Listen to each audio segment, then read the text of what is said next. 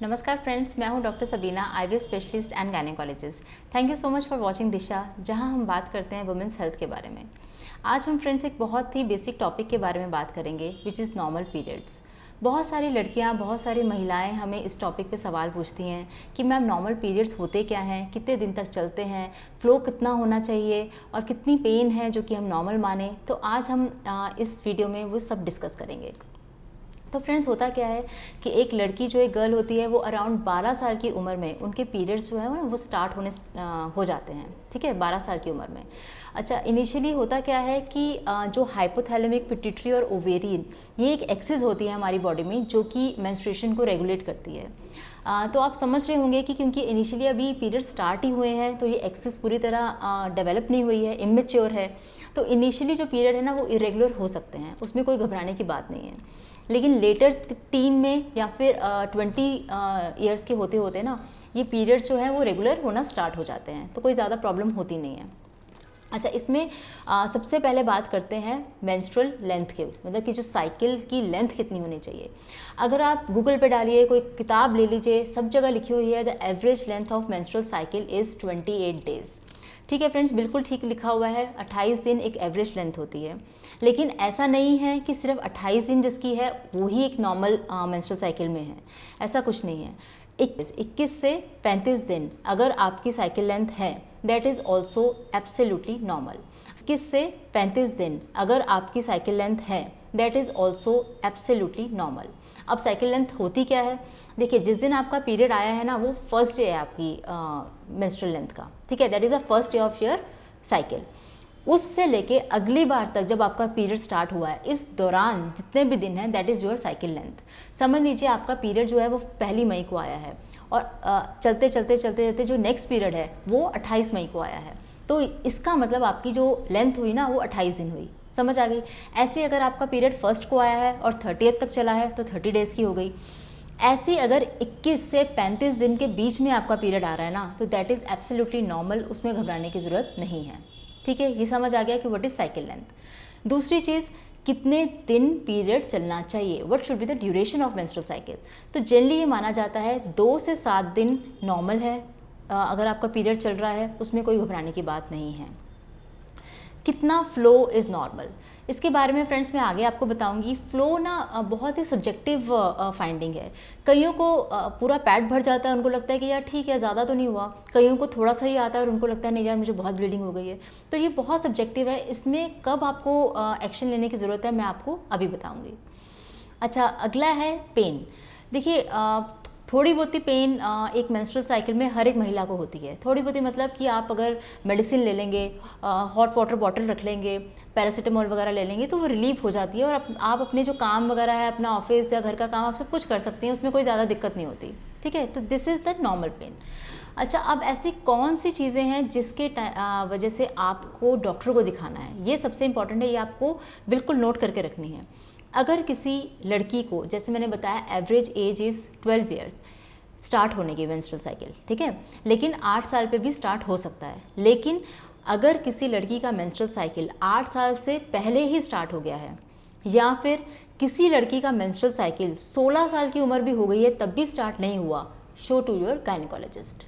ठीक है, समझ आ गई? 8 साल से पहले या 16 साल के बाद भी नहीं स्टार्ट हुआ है तो you have to show to your gynaecologist. दूसरी चीज़, अब है साइकिल लेंथ। जैसे मैंने आपको बताया था 21 to 35 days is normal cycle length.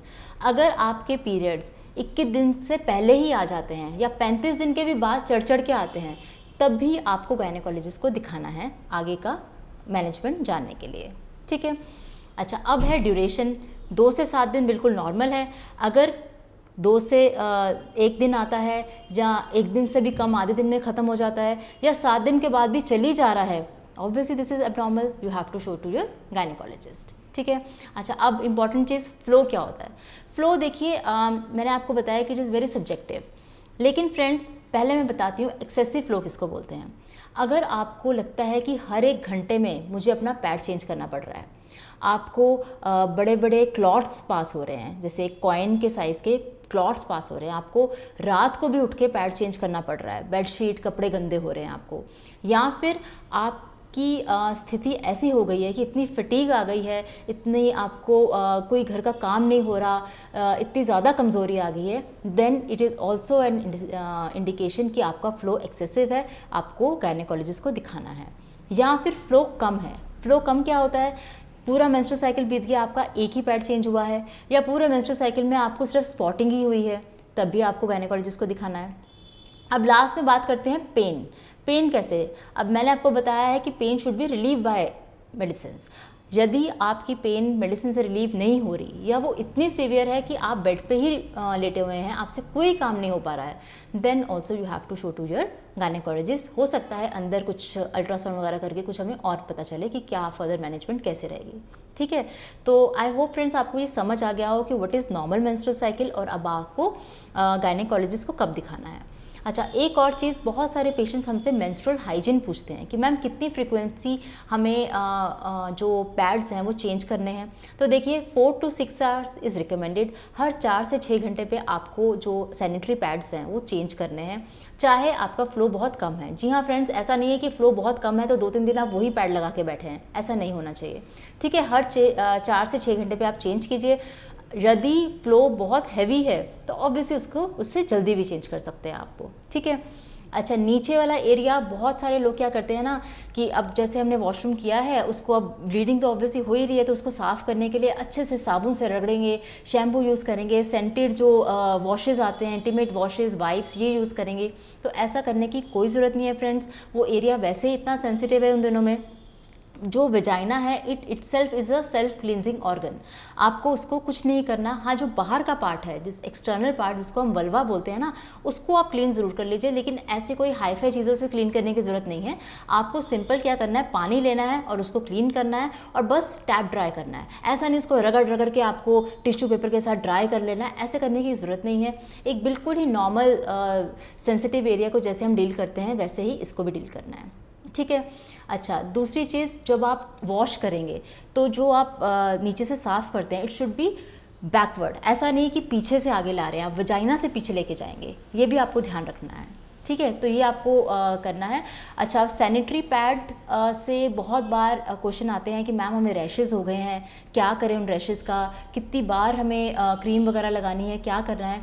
तो देखिए इसका सोल्यूशन है कि आप जितना हो सके ब्रीदेबल कपड़े डालिए, मतलब कि कॉटन अंडरवेयर, अच्छे से जो बहुत टाइट कपड़े ना डालें। ठीक है, आप नॉर्मल अपने पैड्स यूज़ कर रहे हैं ना, उसकी जगह आप ऑर्गेनिक आजकल आए हैं, या मेंस्ट्रुअल कप भी यूज़ कर सकते हैं। अगर बहुत ज़्यादा रैशेज़ हैं तो वहाँ पर आप सोफ्रामाइसिन ऑइंटमेंट या अपने गायनेकोलॉजिस्ट से एक बार पूछ के आप वो लगा सकते हैं। Keep that area dry and it will settle down.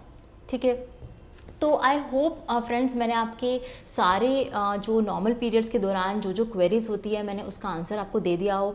तब भी कुछ ना कुछ अगर रह गया हो तो प्लीज़ आप हमें कमेंट्स कर सकते हैं या आप हमें मेल कर सकते हैं। Thank you so much for watching friends. If you find this video informative, please like this video and subscribe to Disha. Thank you so much for watching. I will see you in my next video. Thank you.